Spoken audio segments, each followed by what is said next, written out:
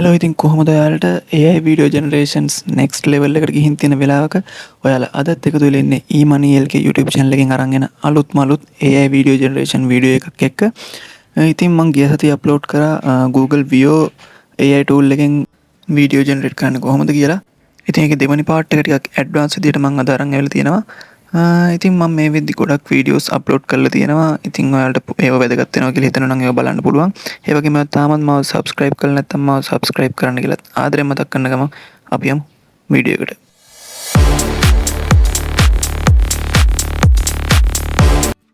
ඔයා මුලින්ම කරන්න ඕනේ Google AI Studio එකේ මේ chat කියන එක ක්ලික් කරගන්න එක.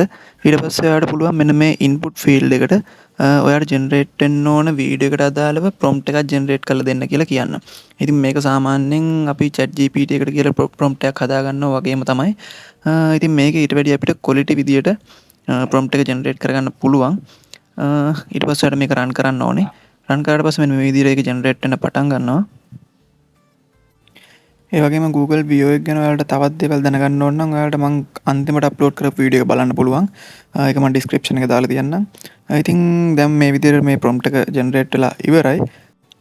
ඊට පස්සේ ඔයාලට කරන් තියෙන්නේ මේ prompt එකේ ඔයාලට අවශ්‍ය ටික copy කරගෙන සම්පූර්ණයෙන් ඒ ටික copy කරගෙන ගිහිල්ලා ඊට පස්සේ මේ side එකේ තියෙන generate media කියන එක click කරලා Veo කියන එකට ගිහින් ඊළඟට තියෙන input field එක ඒක paste කරගන්න එක.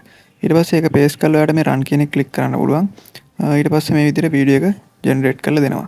ඉතින් ඔයාලට බලා ගන්න පුළුවන් ඒක කොච්චර quality විදියට වීඩියෝ එක ජෙනරේට් කරලා දෙනවද කියලා. ඇත්තටම ඒක AI tool එකකින් ජෙනරේට් කරා කියලා හිතන්න බෑ. ඇත්තටම ඩිසයිනර් කෙනෙක් animation designer කෙනෙක් හදපු වීඩියෝක් විදියටම ඒක හදලා දීලා තියෙනවා. මම හිතනවා මේ වෙනකන් කරපු ටිකට පැහැදිලි වෙන්න ඇති කියලා. ඉතින් මේකෙදි ඔයා මතක තියාගන්න ඕන මූලිකම දේ තමයි ඔයා මේකෙන් ටිකක් දිග සීන් එකක් හදනවා නම් තප්පර 8 කෑලි ගොඩක් හදන්න වෙනවා. ඉතින් එතෙන්ද ඔයාට සිද්ධ වෙනවා මෙයා මේ ජෙනරේට් කරලා දෙන prompt එකේ characters වලට අදාළ ටික. ඒ කියන්නේ ඔයා හදන්න බලාපොරොත්තු වෙන සීන් එකට අදාළව characters ටිකක් ඉන්නවනේ. එතකොට අන්න එයාලගේ facial impressions එතකොට මූණේ හැඩතල ඒ වගේ හැම දෙයක්ම එකම විදියට එන්න නම් ඔයාට සිද්ධ වෙනවා හැම සීන් එකකටම හදන prompt එකේ අර character details ටික ඒ විදිහටම දෙන්න. නැත්තම් ඔයා කලින් හදන ජෙනරේට් කරන වීඩියෝ එකේ ඊළඟට ජෙනරේට් කරන වීඩියෝ එකේ characters වෙනස් වෙන්න පුළුවන්.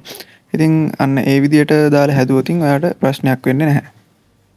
දැන් එහෙනම් අපි මේ ජෙනරේට් කරපු වීඩියෝ එකේම පොඩි වෙනස්කම් ටිකක් කරලා බලමු character එක වෙනස් වෙනවද නැත්නම් එයා ඒ character එකටම අදාළව වීඩියෝ එකක් ජෙනරේට් කරලා දෙනවද කොහොමද කියලා.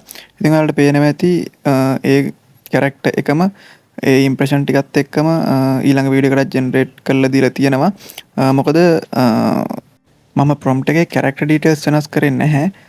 වීඩියෝ එකේ වෙන්න ඕන දේ විතරයි වෙනස් කරේ. ඒ නිසා characters වලට හානියක් නොවි වීඩියෝ එක මෙයාලා අපිට ජෙනරේට් කරලා දීලා තියෙනවා. ඉතින් ඔන්න ඒ විදිහට තමයි අද වීඩියෝ එක ඉවර වෙන්නේ.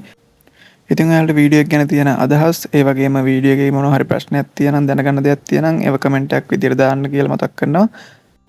ඒ වගේම වීඩියෝ එකට ලයික් කරන්නත් අමතක කරන්න එපා. එහෙනම් හැමදාම වගේ මම subscribe කරන්න කියලා මතක් කරන ගමන් තවත් වීඩියෝ එකකින් හමු වෙනකන් හැමෝටම ජය.